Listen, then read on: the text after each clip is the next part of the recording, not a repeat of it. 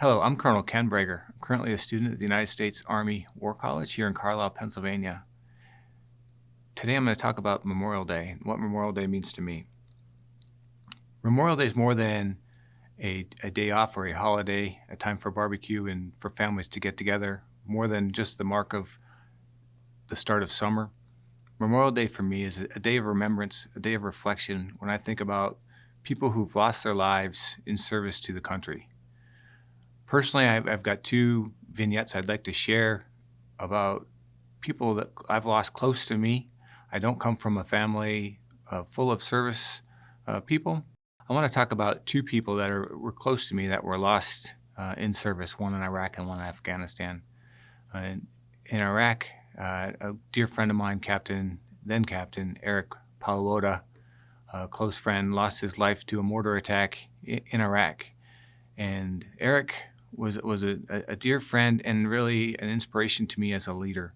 I knew Eric at West Point when we were classmates going through the academy, and then we moved on to Fort Hood, Texas, where we served together as lieutenants. And though we weren't in the same unit, Eric would often seek me out to look for opportunities for him to get his folks ready to train for wartime. This was in a pre-9/11 time era when we weren't actively engaged at war with anyone. But Eric had the mindset to make sure that his soldiers, his people were ready. I was inspired by his motivation to make his soldiers better. It made me be a better leader and trying to make my soldiers better through training in the field and ensure that they were ready to go.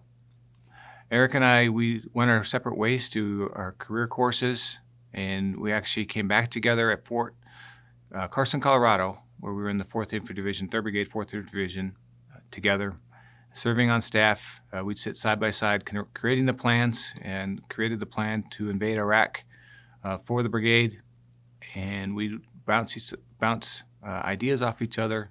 He was very tactical and technically proficient, and would make sure that we had the right terminology, the right graphics, all of the right information down so we could provide the best information we could to the brigade combat team that we were planning for. From that staff, we both assumed command while we were in Iraq, and we went out and took charge of our companies.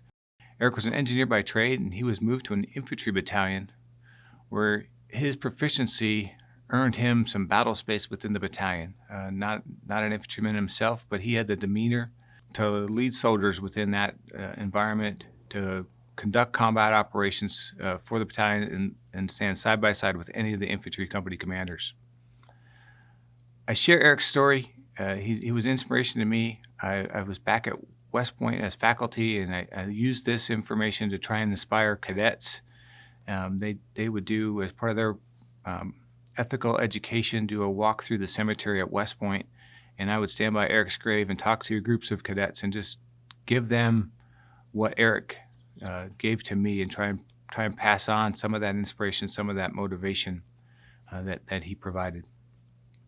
A second person that I want to talk about is Lieutenant Darren Hidalgo. Darren Hidalgo was a cadet when I was faculty at West Point, and he was on the racquetball team as I was a coach. And I got to watch Darren develop as a cadet and mature. He was a fun, high-spirited young man who was going to go far in our Army. And Darren was killed in Afghanistan in 2011.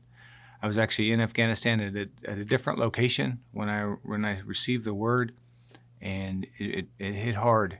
And Darren was really tight with our team, with the whole racquetball community within the Northeastern Conference, and the news spread like wildfire through the conference. The messages and condolences that were generated from his death were just inspirational in how he touched so many people's lives. And when you get the details of his death, he was on a combat patrol after already being wounded. You know, his determination, his desire to lead soldiers, he could have opted out of the country based on his previous wound, but he went out again on patrol to conduct operations, and that's just a testament to his leadership and what the drive that he has. So as we celebrate Memorial Day, these are two individuals that I think about, that I reflect on, and that I hope that I'm aspiring to do justice for the impact that they've had on my life, and I can hopefully pass that along to others. Thank you.